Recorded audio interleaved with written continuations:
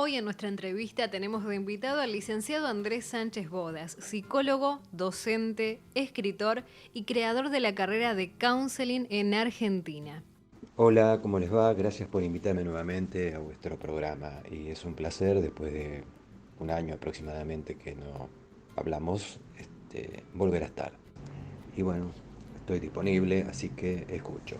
Hablamos hace un año cuando comenzaba la pandemia. ¿Qué aprendimos de esta experiencia? Miren, hace un año hablamos estábamos en el comienzo de la pandemia, ¿no?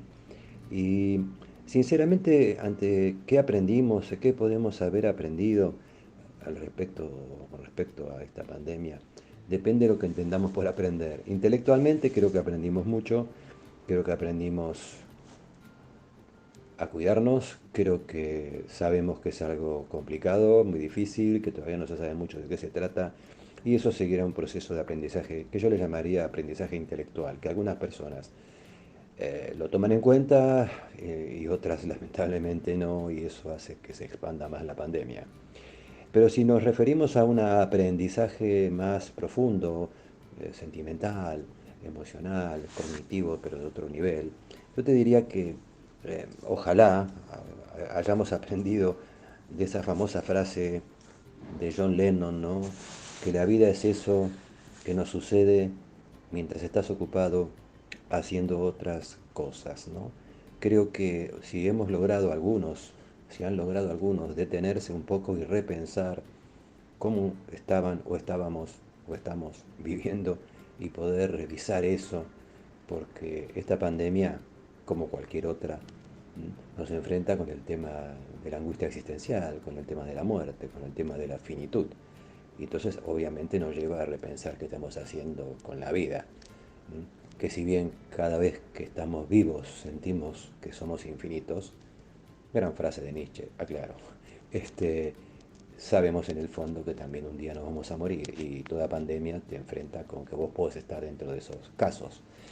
Así que bueno, ojalá este aprendizaje intelectual sea más utilizado por algunas personas que algunas, insisto, no lo hacen. Y el otro es más profundo y nos permite, creo, seguir revisando qué vida estamos viviendo, qué podemos modificar de ella, y cómo podemos resignificarla en todos los aspectos que importa o que nos importa. Muchas personas piensan que la pandemia afecta la libertad individual. ¿Qué aporta el counseling? Toda pandemia afecta a las libertades individuales porque implica que lo colectivo está por arriba o por encima o es superior a lo individual. Independientemente de lo que haya o haga cada gobierno, cada estructura organizacional con respecto a esta temática, yo sinceramente cuando dicen que afecta a las libertades individuales, me parece que hay gente que no está entendiendo nada, ¿no? Que lo que prima es lo colectivo, no lo individual. Es cuidarnos mutuamente uno al otro, aunque eso implique en algún aspecto situaciones donde uno se sienta coercionado, donde uno se sienta restringido, donde uno se sienta amenazado, donde uno se sienta, bueno, restringido en su individualidad. Y es posible que algo de eso acontezca, no lo estoy negando, pero creo que toda pandemia, todas las que han ocurrido en la historia de la humanidad, ha implicado que si hemos logrado zafar o salir y resolverla, es que primó lo colectivo. Creo que en un mundo plagado de narcisismos, en un sistema centrado, como dice Byung-Chul Han, este autor que recomiendo leer, en un mundo del egoísmo, del narcisismo, de sálvese quien pueda, de gran injusticia social, ¿no? Independientemente de lo ideológico que cada uno tenga, ¿no? Nadie puede negar que hay una gran injusticia social, sea de derecha, de izquierda, de centro. Si alguien niega que hay injusticia social, es una verdad, es un mal ser humano. Entonces creo que la pandemia nos lleva a la primacía de lo colectivo. Así que yo no tolero, sinceramente los digo, cuando alguien dice que esto eh, dificulta las libertades individuales. Sí, las dificulta. Y lo más importante es lo colectivo, lo social. Con respecto a qué puede aportar el counseling, creo que es algo así como, por suerte existe el counseling en Argentina, ¿no? Porque en el mundo, hace años, que ante situaciones sociales importantes, crisis, por ejemplo, voy a dar un ejemplo, cuando se cayó un avión, el famoso avión francés, o las Torres Gemelas de Estados Unidos, para dos ejemplos conocidos, los counselors salieron a la calle a colaborar con los bomberos, con las personas afectadas. Y hoy está aconteciendo que hay muchos egresados nuestros y de otras instituciones que están ofreciendo servicios gratuitos, y algunos con honorarios muy económicos, para las personas que necesitan una ayuda puntual ante la angustia, ante la soledad, bueno, ante todo lo que sabemos que está pasándonos a las personas por esta pandemia. Así que el counseling, con su sentido de facilitar resolver problemas, facilitar el desarrollo humano, escuchar activamente desde la empatía, la incondicionalidad, la congruencia, y utilizar, bueno, palabras que alienten en el buen sentido a encontrar un espacio interno donde poder refugiarse en el buen sentido, también insisto, y transitar esto que realmente, bueno, no lo elegimos, nos tocó, para, bueno, cuando pase estemos en condiciones mejores, y mientras está, bueno, lo transitemos de la mejor manera posible. El counseling es una herramienta fundamental, porque tiene como eje, y lo sabemos, la escucha activa, la comprensión del otro y ciertos recursos metodológicos que facilitan encontrar o reencontrar un sentido a la vida. ¿Para qué elegir el counseling y por qué estudiar esta profesión? Sí, yo dividiría esta inquietud en dos, ¿no? ¿Para qué o por qué estudiarlo? ¿O quién? Bueno, obviamente es alguien que esté interesado en ayudar a las personas a sentirse mejor y encontrar un mayor bienestar existencial. Eso es para el que lo quiere estudiar. Y tiene además la idea de ejercer una profesión que tiene esas peculiaridades, tales como, y lo vuelvo a repetir, probablemente encontrar espacios de escucha activa, ¿no? Para, bueno, facilitar la resolución del conflicto X que tiene dentro de, como decimos nosotros, de parámetros de normalidad, y ayudarlo, ¿no?, a resolver y desarrollarse como persona.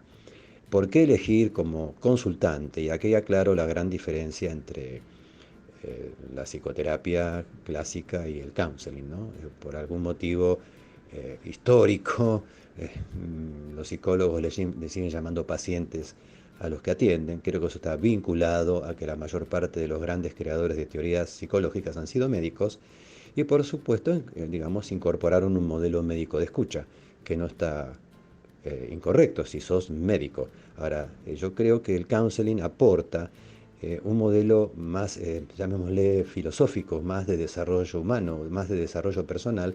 Por eso no considera al que atiende o al que asiste o al que escucha un paciente, sino un consultante. Alguien que, como lo dice la palabra, consulta porque tiene una dificultad existencial. Y eso creo que es lo más importante, ¿eh? Es decir, alguien tiene que elegir tratarse o buscar ayuda en un counselor.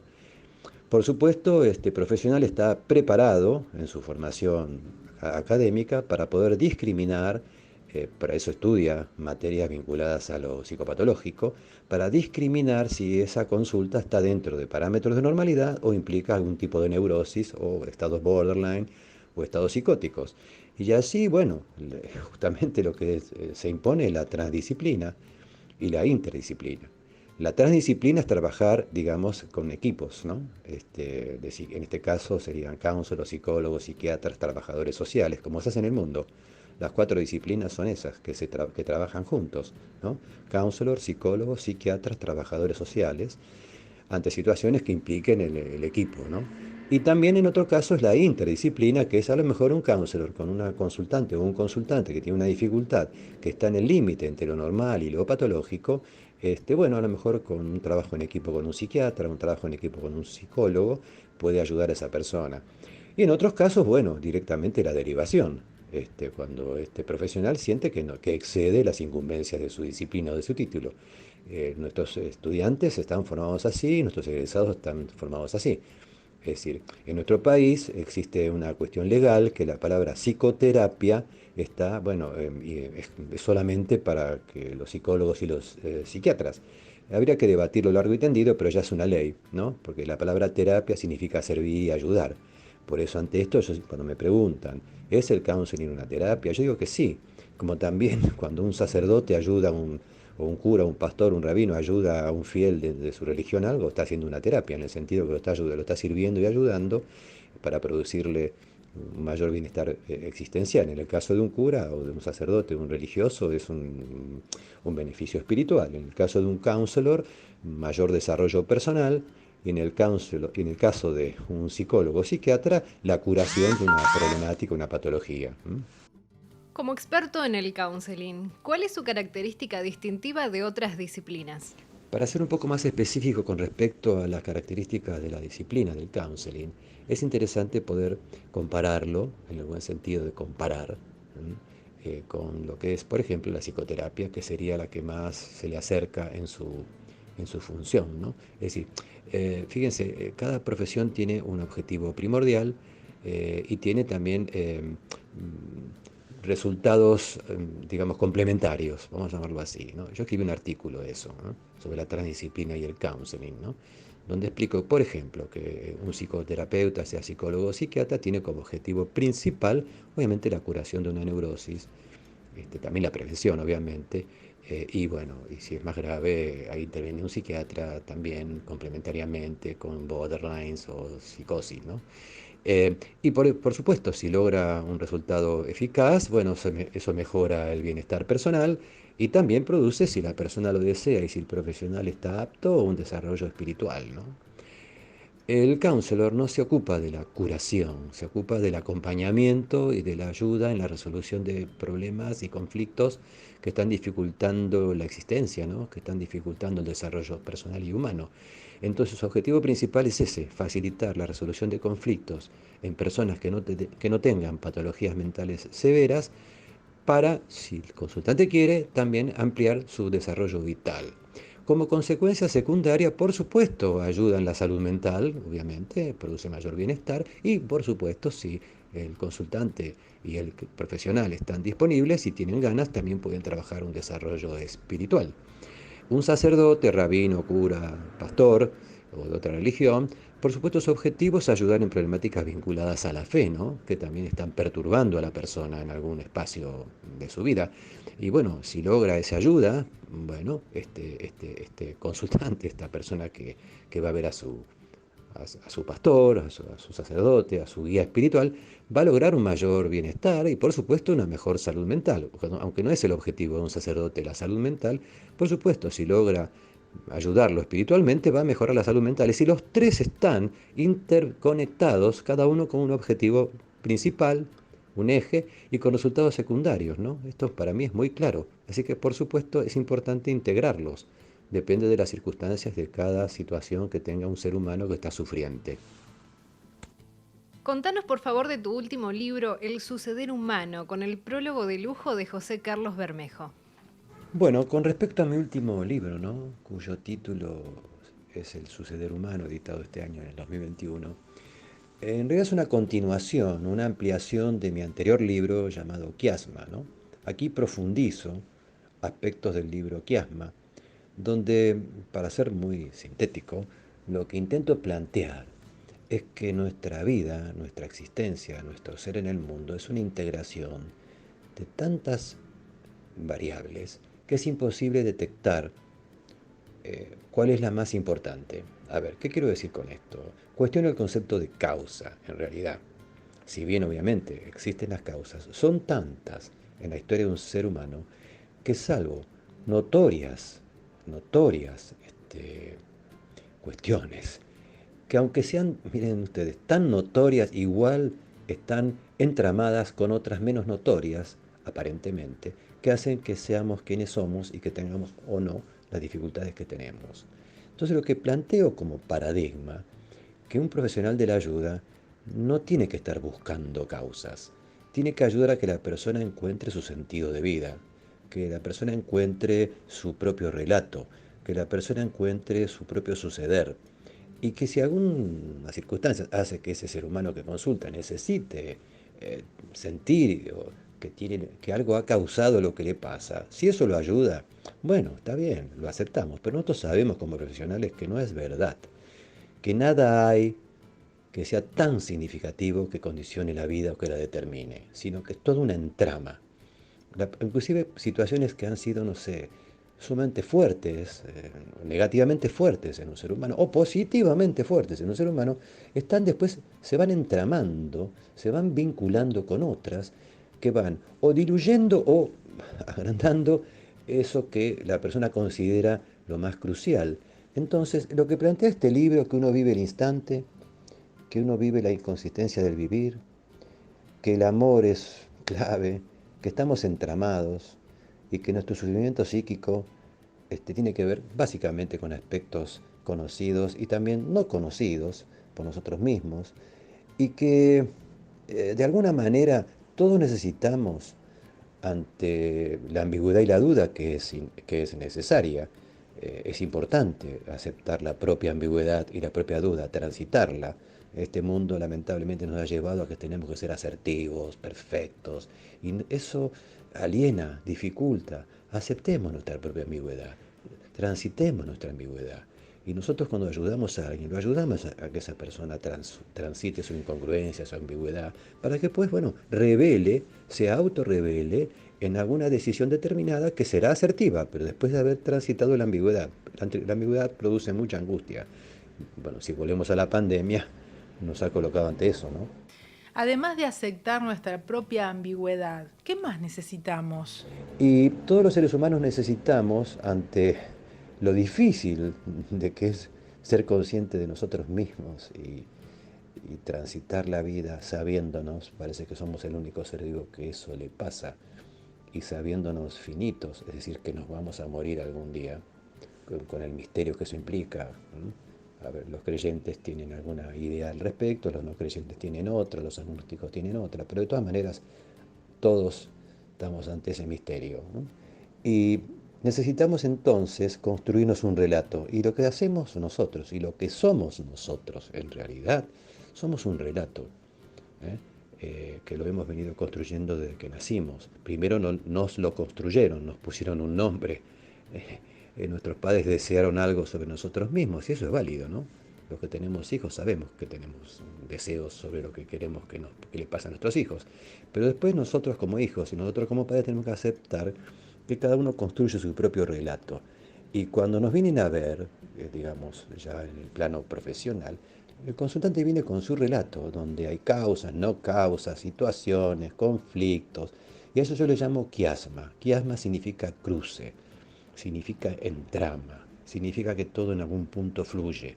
Y cada cosa que nos va pasando cada día, en cada instante, es una entrama, es un quiasma.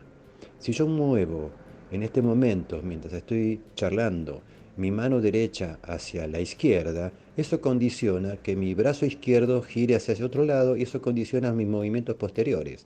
Es decir, cada cosa que hacemos condiciona la que sigue.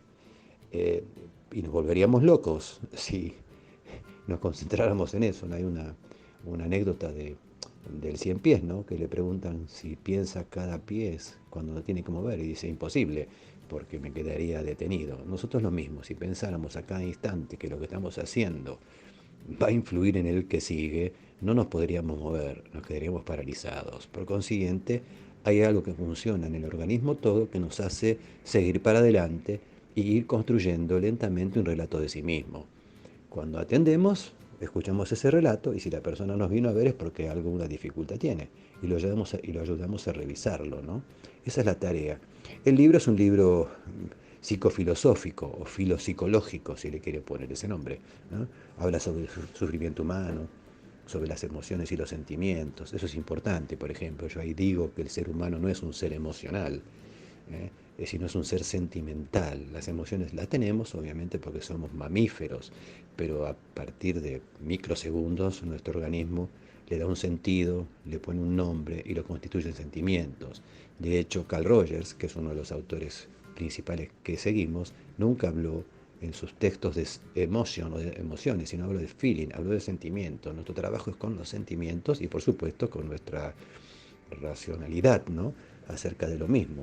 Es decir, la integración es lo que logramos o queremos lograr.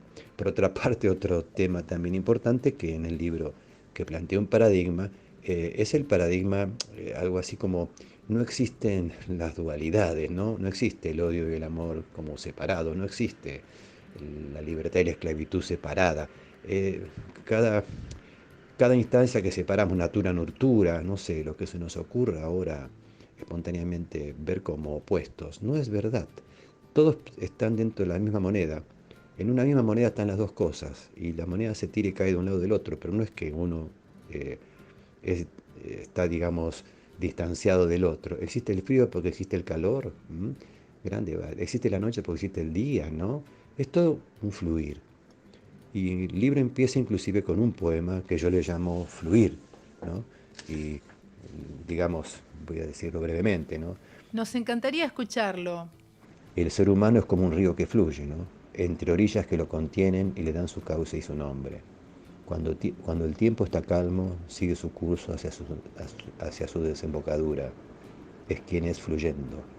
Cuando no hay calma, transita momentos tumultuosos, después de grandes lluvias, tormentas y grandes vientos.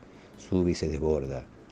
Y en ocasiones cae al vacío en forma de cataratas, así como luego de grandes sequías se queda con poca agua y surgen los bajones. Mientras avanza, circula entre meandros, dobla, sigue derecho, se abre, se cierra, se agranda y se achica. Muchas veces se encuentra con trabas que le dificultan su recorrer, a veces por el azar de árboles caídos o de diques naturales, otras de diques construidos por otros o por sí mismo. Estos últimos deben ser superados. A veces se puede solo, otras se necesita ayuda. Para esto último estamos nosotros.